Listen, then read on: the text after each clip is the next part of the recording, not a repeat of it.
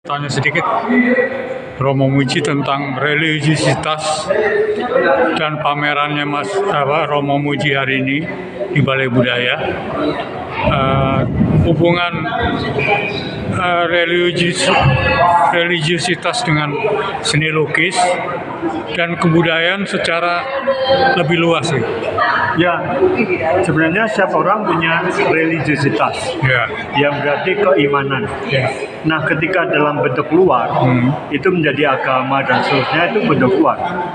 Nah, keuntungan kita bahwa Gereja Katolik di Indonesia dengan pameran ini, saya mau tunjukkan basisnya adalah umat Allah. Umat Allah yang beriman pada Yesus Kristus yang adalah Tuhan. Itu iman. Tapi lebih dari itu adalah tidak bisa dialog dengan yang lain, karena itu adalah iman, religiusitas kan. Ketika berbentuk menjadi agama, nah itu masih bisa dikatakan.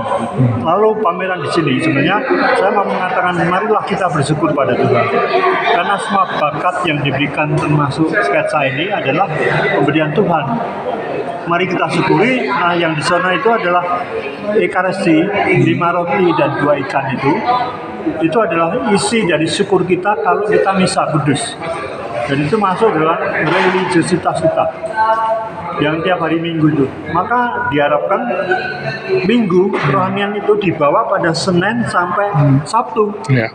Ya, hanya dibawanya keluar itu kadang-kadang tidak sampai menjadi ke pasar kehidupan gitu loh. Itu masalahnya.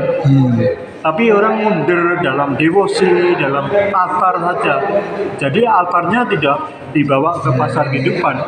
Padahal sebenarnya Senin sampai Sabtu harus membawa kerohanian di dalam, yaitu ketika misa kita dibawa keluar dalam fungsinya di masyarakat, dalam pembagian yang merata, berbagi pada orang lain dengan 5 roti 2 ikan itu dibagi terus keluar.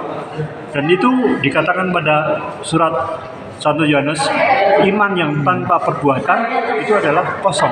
Itu yang harus saya sampaikan.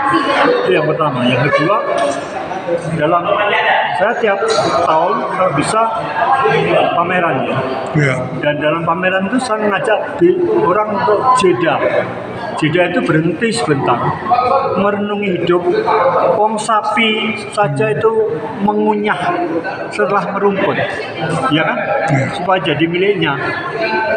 Itu sapi berhenti, masa manusia tidak? Gitu loh, memamah biar merenungi, menggarap itu semuanya berarti miliknya itu.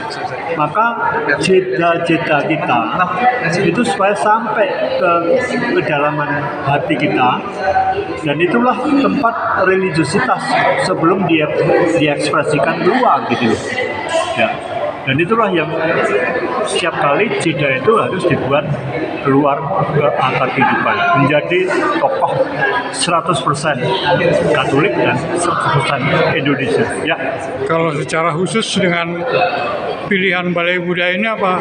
Ada pilihan khusus atau memang kesempatan yang... Kenapa saya memilih Balai Budaya? Itu karena Balai Budaya ini bersejarah. Menurut buku Nunus Supardi, dan kalau Anda melihat di luar ada prasasti, itu Wali Sadikin yang mendirikan itu. Ini Balai Budaya itu dari zaman BMKN, Badan Musyawarah Kebudayaan Nasional. Jadi zamannya Rendra, Wiyatno Sukito, ya kan?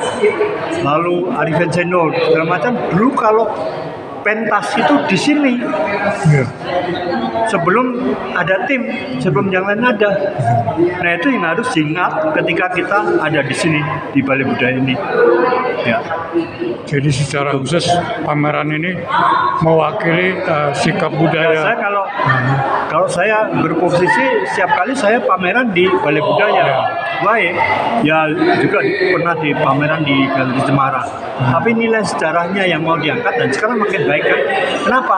Lebih lagi karena ada kopi kecil, dan kopi kecil Debbie itu memberikan untuk hasilnya sebagian itu untuk bantu sini. Coba sekarang Anda lihat, kan makin bersih kan?